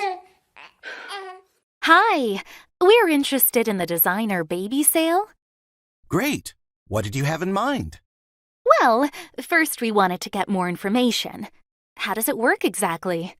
Oh, there are many options. Before we get started, though, I must ask you a few questions. It appears you're a male and female. Is that correct? Well, yes. Why would you ask such an obvious question? Haha, things are not so obvious these days. And do you wish to use your own sperm and eggs? You mean there are other ways? Of course. We sell eggs and sperm from all sorts of people. Athletes, rock stars, titans of industry, scientific geniuses, movie stars, you name it. I see. Well, we'd prefer to use our own genetic material. Is that still allowed? It's highly unusual, but it can be done. Unusual? Wow, this is more confusing than we thought. Well, most people are trying to upgrade their own genetics for a better model. What do you mean? Nothing personal, but most people that come to us are regular folks. They're looking for superstar babies. They want to raise someone special, world-class athlete, movie star, genius scientist. Isn't every baby special? We want to use our own genetic material. I see, but please understand, this severely limits your options. If you really insist on using your own genes, then at the very least you should analyze the embryos using polygenic screening techniques. Embryos? We're having twins? And what is polygenic screening? No twins. By using in vitro fertilization, we can create a multitude of embryos. We usually start with a half dozen. Then we screen them by scanning their genomes. Thanks to modern technology, we can use supercomputers to analyze thousands of genetic combinations to determine which ones lead to certain traits. High IQ, athletic talent, height, even facial characteristics. Is genomic research really that advanced? You can reliably tell exactly which genes affect each feature? I thought there were thousands of genes involved. Well, yes. That's why we call it polygenic screening. Thanks to advanced statistical analysis, supercomputers, and artificial intelligence, we can correlate these thousands of genes with certain characteristics. But aren't the combinations almost infinite? And how do you tell which genes are most important? Surely they don't all have the same effect. Well, it's all very complicated, difficult to explain to a layperson. Trust me, it works quite effectively. Besides, we have a money-back guarantee. What? How does that work? Well, you have 10 years to return the product for a store credit. No cash refunds, though. You mean to tell us that you're offering to take back our child if we wanted a math whiz and he's flunking algebra? What kind of sick parent would do that? Oh, it's quite common these days. Although most parents don't wait for the 10-year mark. The majority of our returns are in the 2 to 3 year range. You know those terrible twos, eh? And what happens to the children who are abandoned? No problem. They go into our giant discount warehouse. We have this huge playground. The kids love it. Prospective buyers come in and observe their interactions. Which ones are difficult, which are athletic, which seem more intelligent, etc. We offer great discounts. It's a very popular place to shop. This is beyond disgusting. Now, can we please return to your description of child selection? So, you use this polygenic screening method to identify behavioral traits? Does it really work? Based on everything that we've read, the claim that polygenic screening can accurately identify behavioral traits is very questionable. Sounds like you're overpromising a bit. Well, as I said, it's very complicated. Hard to explain to a layperson. It involves sophisticated statistical analysis using artificial intelligence with machine learning. We analyze millions of genetic interactions to determine which affect various behavioral characteristics. Trust me, it works. After all, I'm a scientist. How could I be wrong? Indeed. You scientists are always right. Just like the robotic housekeeper that was promised to our grandparents over 50 years ago. I wonder if they've lost our order. At any rate, if we understand you correctly, there are 6 embryos that you analyze? Correct. We use in vitro techniques to combine your sperm and eggs to create 6 embryos. Then we employ polygenic screening on the genome of each embryo using whatever selection criteria you request. So, what exactly are you looking for? Athletic superstar? Genius IQ? Persuasive politician? Research scientist? Master of the universe? That last one's a joke. And once you identify this golden child out of our 6 embryos, what happens to the other 5? They're disposed of. What? So you destroy the other 5 embryos? Correct. Look, sorry to rush things along, but it's getting late. We have other customers waiting. So, what type of child are you looking for exactly? Well, we're hoping for a kind, gentle, and decent-hearted child. One who respects the viewpoints of others, who's trustworthy, and has a soft, gentle demeanor. Are you serious? We don't have anything in our database like that.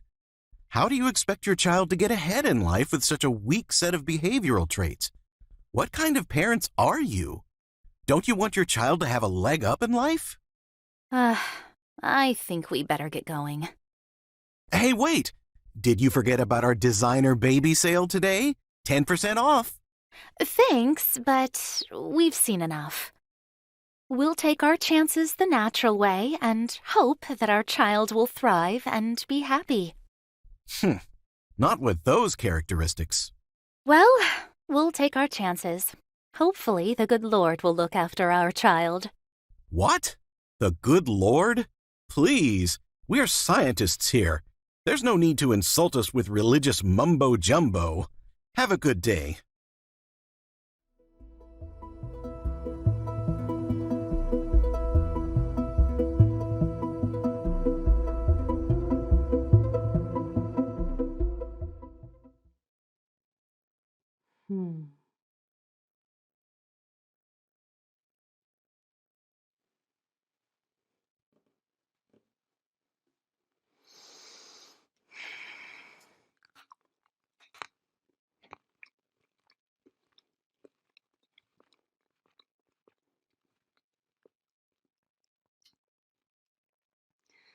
There.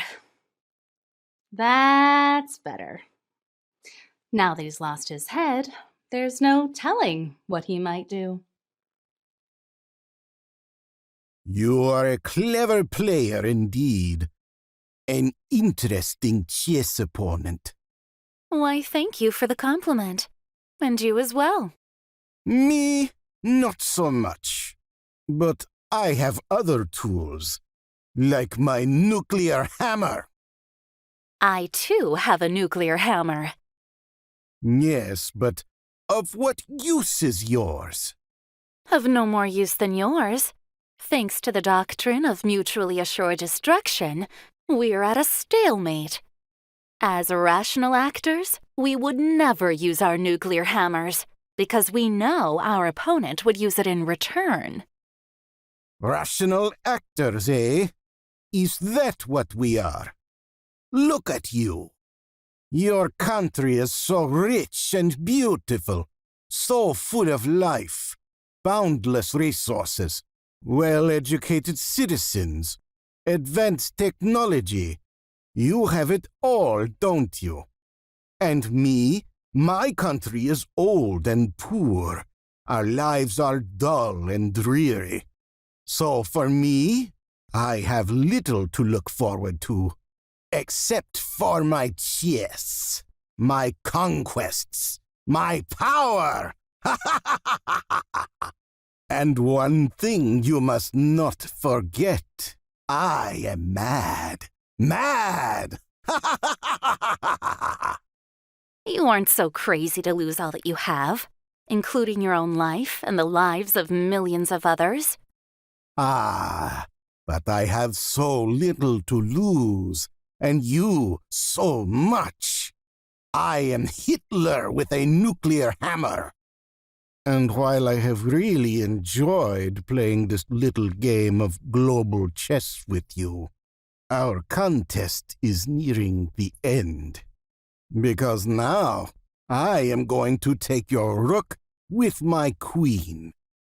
But that's a foolish move. I'll then be able to take your queen with my brave knight. Brave? Ha ha! Your brave knight wouldn't dare. If he makes such a reckless move, I will take my nuclear hammer and smash all of your pieces to little bitty bits. You'll do nothing of the sort. Why, I'll retaliate in kind. I'll smash all your pieces to bits. I don't care. I'm much older and poorer than you. You have so much more to lose. And remember, I am crazy and reckless. My life is worthless to me. So, I will take your rook, and there is nothing that you will do.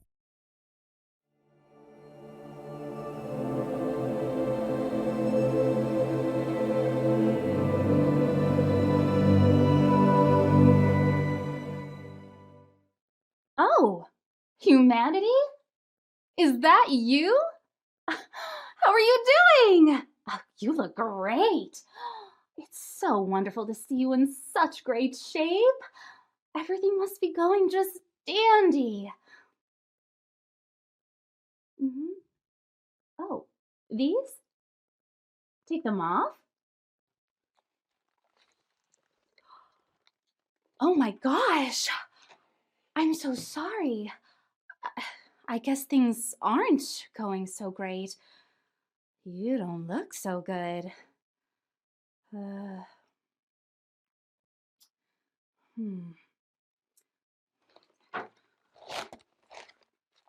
There. That's much better. You look great. Jack, oh my gosh, you look terrible. I met the doctor in the hallway and she said you're all banged up with broken bones everywhere. Oh, hi, Jill. Broken bones? I don't know. Everything was going great. I was running through the forest playing laser tag with my friends. Well, the ambulance driver found you lying on the floor, next to your new omnidirectional treadmill. Oh, that. Yeah, it's a treadmill that lets you run in any direction. It really comes in handy when you're traveling in the metaverse. Sounds dangerous. And judging from your condition, it is. Can you please take those goggles off for a minute so we can talk? Talk about what? Hey, give those back. Jack, can you look at me, please? Where am I? You're in the hospital. Where is this place? It's called the Realityverse. Realityverse? What's that? It's a place where some of us choose to live in from time to time. Well, it looks pretty grim. Why is there an IV stuck in my arm? For the painkillers, I suppose. You're pretty beaten up. I still don't understand what happened. I'm guessing that you've been spending a lot of time in the metaverse lately? Of course. It's so cool. Yes, it is very appealing, but unfortunately, the Realityverse can intrude at times. Intrude? Yes, indeed. For example, when you don't pay your electric bill and the power company turns your electricity off, the sudden cessation of power to your omnidirectional treadmill might be the cause of your current condition. What do you think? That's impossible. My mega mansion in Sky Valley is powered by a huge backyard solar farm. I also have a personal fusion reactor in my spaceport that kicks in on cloudy days. There's no way I could lose power. Who needs power companies these days? They went out of business years ago. Yes, that's all great, but what you just described is your home in the metaverse. I'm speaking about the Realityverse. In the Realityverse, personal home fusion reactors don't exist. You also live in a tiny studio apartment in the city. No backyard solar farm. Nice try, Jill, but I don't live there anymore. Ah, that would explain the overdue rent notices I found in your mailbox. Jack, I'm getting worried. You don't look too good.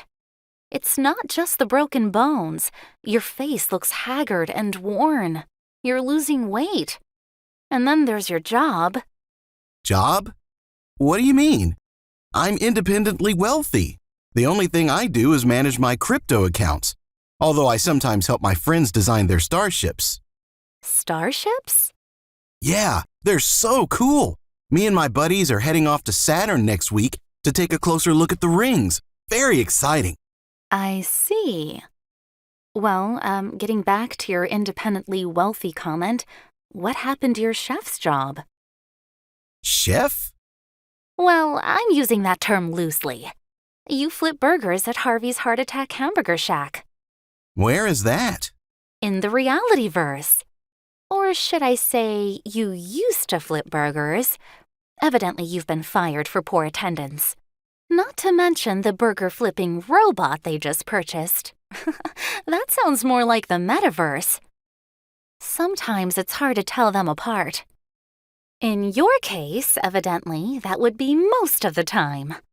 Listen, Jill, I really appreciate your stopping by, but this Realityverse stuff sounds pretty dull. Could I have my goggles back, please? Sure, but I just want to leave you with one minor thought. What's that?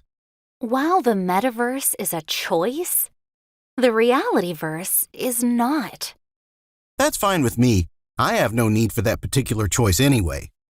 No, you don't understand.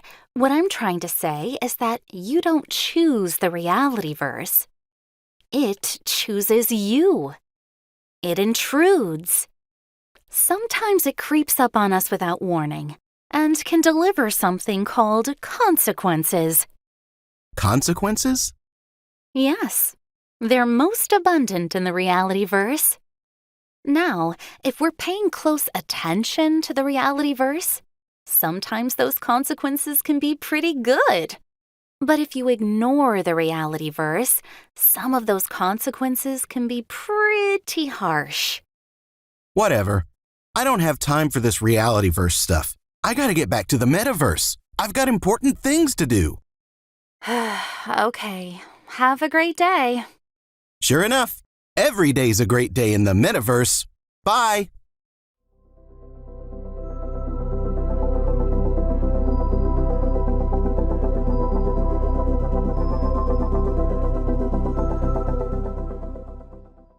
Ugh, can you believe this? Just look at me. And the worst part is, I did this to myself. Somehow, I got all tied up in my own logic.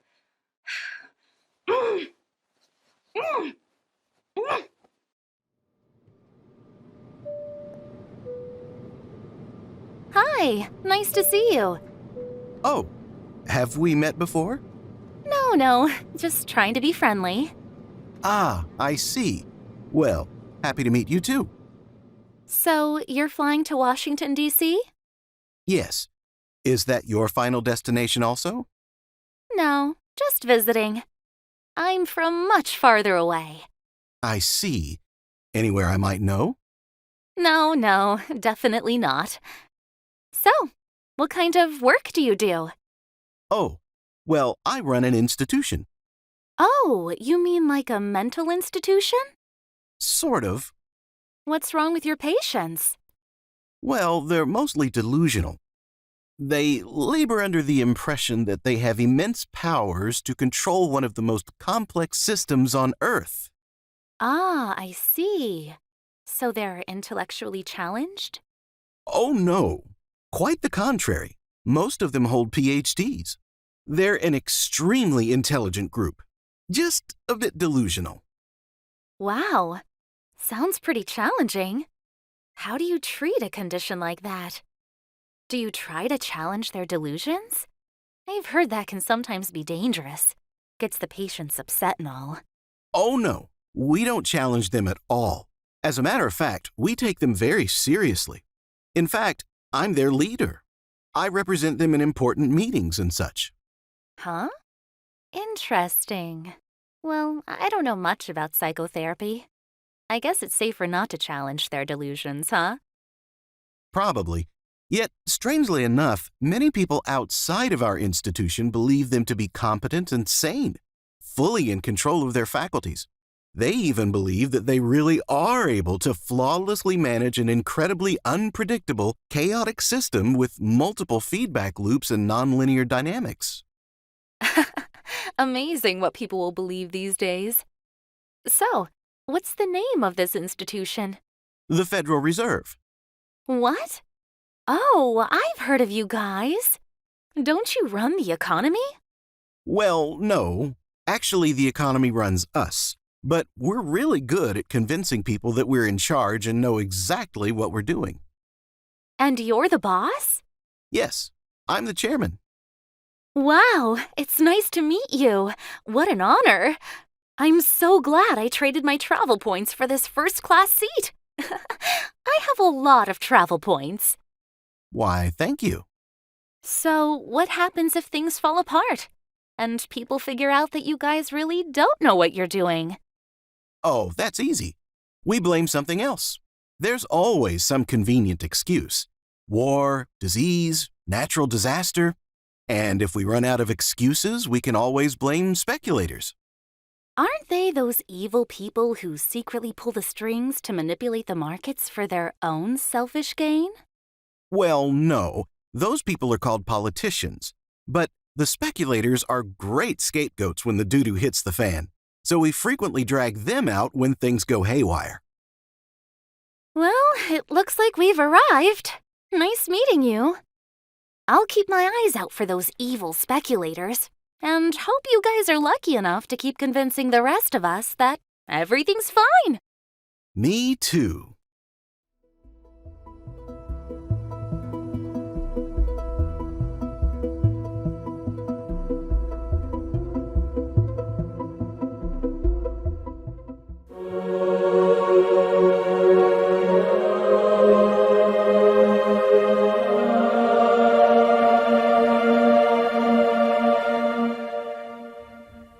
Excuse me, Mr. Science?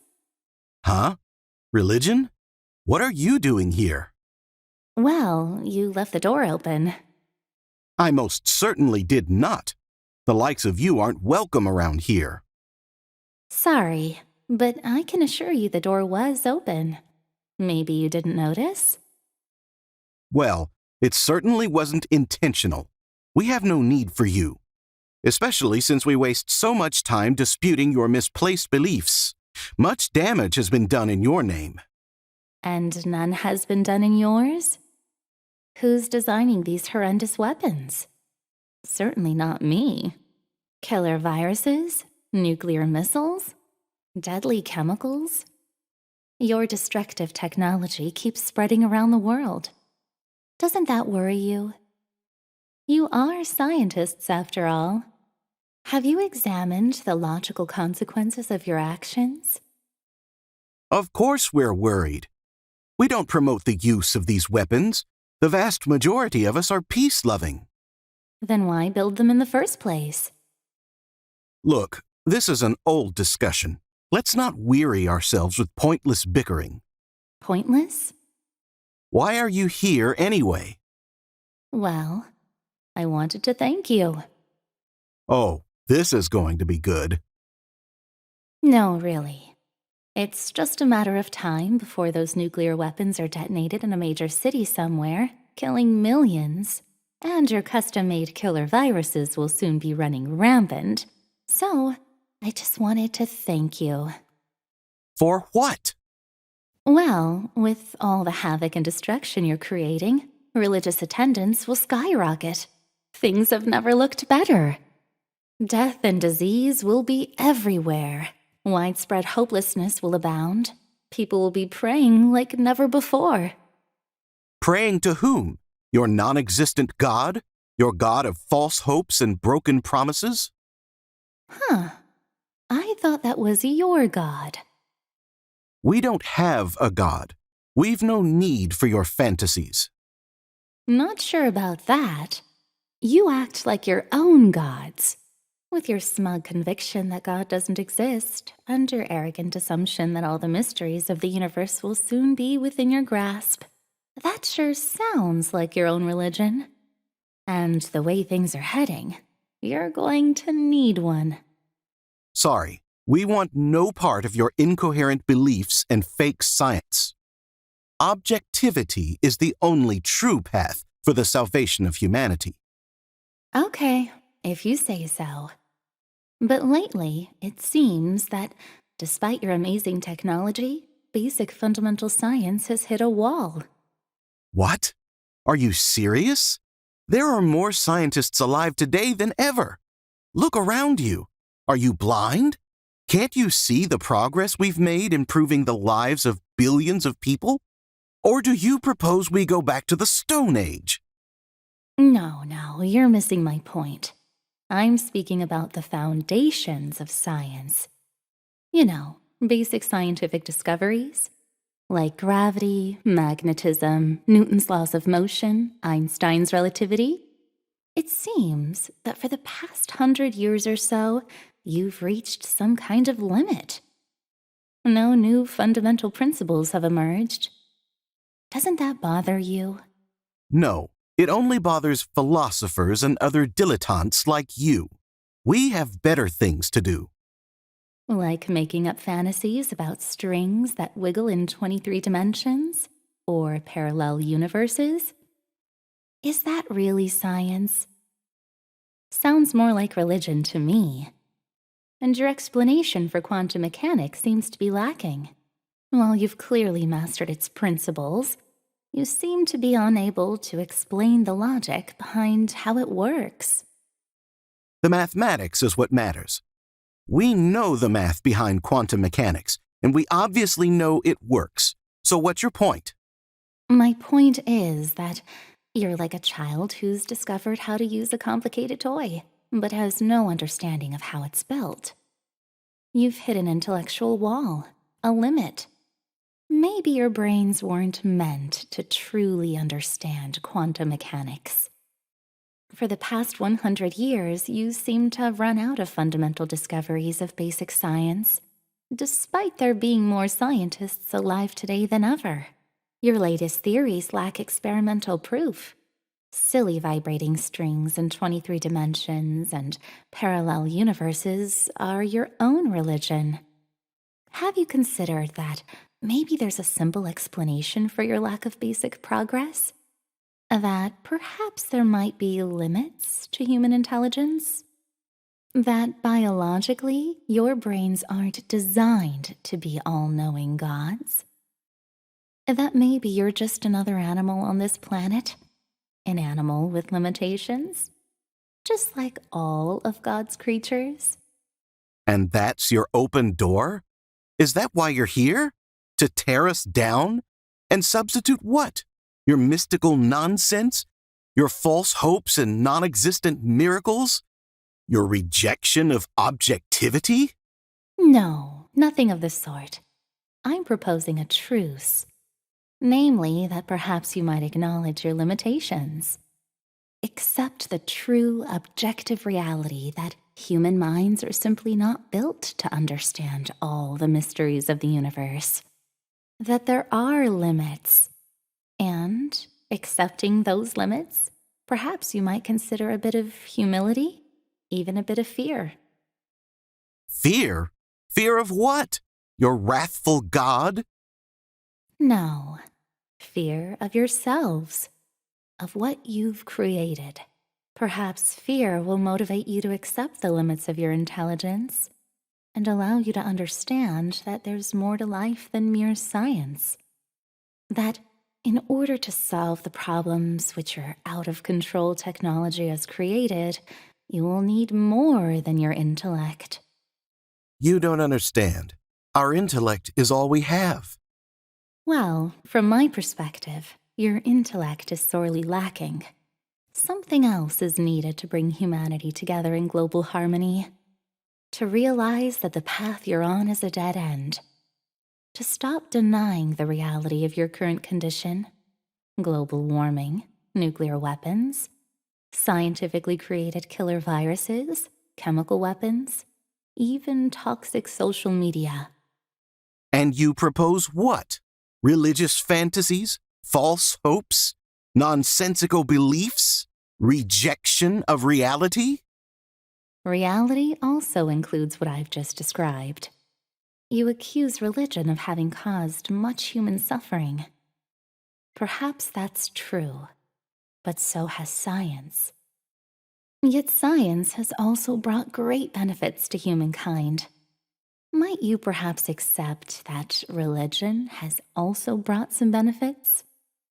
And understanding the benefits of religion, perhaps you might put away your hostility and embrace me? Embrace you? Yes, I stand here with open arms. Accept what you will of me. Love me for what I am, despite my flaws. Hold me close. Like all lovers, we must accept our flaws as well as our charms. Accepting me is not a rejection of scientific objectivity. It's an acceptance of human limitations. That your intellect is not sufficient to solve all the problems that humanity is confronted with. Something else is needed.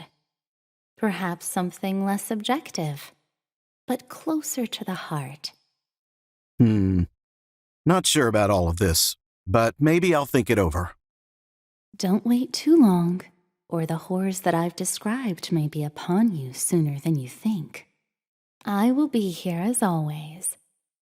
After all, you did leave the door open, and that's a good thing, because it's your only hope. If you close the door to me, then all hope is gone for you and for all of humanity.